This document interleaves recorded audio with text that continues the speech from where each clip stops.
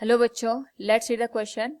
What happens when an inflated air balloon is pricked with a pin? Name the property of the gaseous state exhibited by this observation.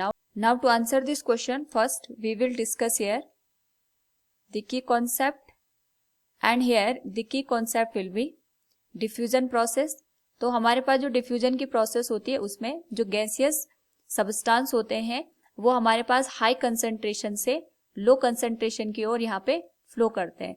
तो according to the question, हमारे पास जो question में given है उसके according कोई भी inflated air balloon दे रखा है, उस पर जब हम पिन को प्रिक्ट कर देते हैं तो हमारे पास कौन सी यहाँ पे इंसिडेंट प्लेस करती है वो हमें बताना है.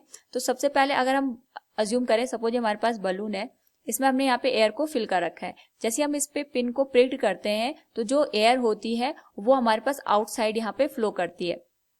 बेसिकली यहाँ पे जब भी हम इस कंडीशन को अज्यूम करते हैं तो हमें ये ध्यान रखना होता है कि यहाँ पे डिफ्यूजन की प्रोसेस होती है, और डिफ्यूजन की प्रोसेस में हमेशा जो गैस होती है वो हाई कंसंट्रेशन से लो कंसंट्रेशन की ओर फ्लो करती है.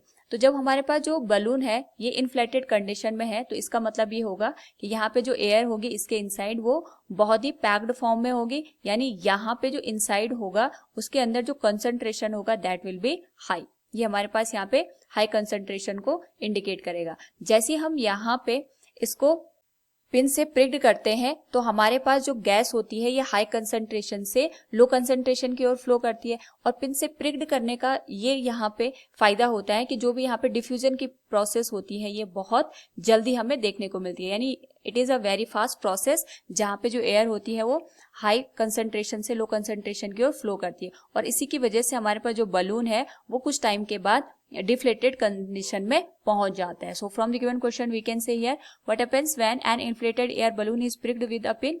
तो हमारे पास जो इन्फ्लेटेड बलून होता है जैसे हम उसको पिन से प्रिक्ड करते हैं तो वो डिफ्लेटेड कंडीशन में आ जाता है.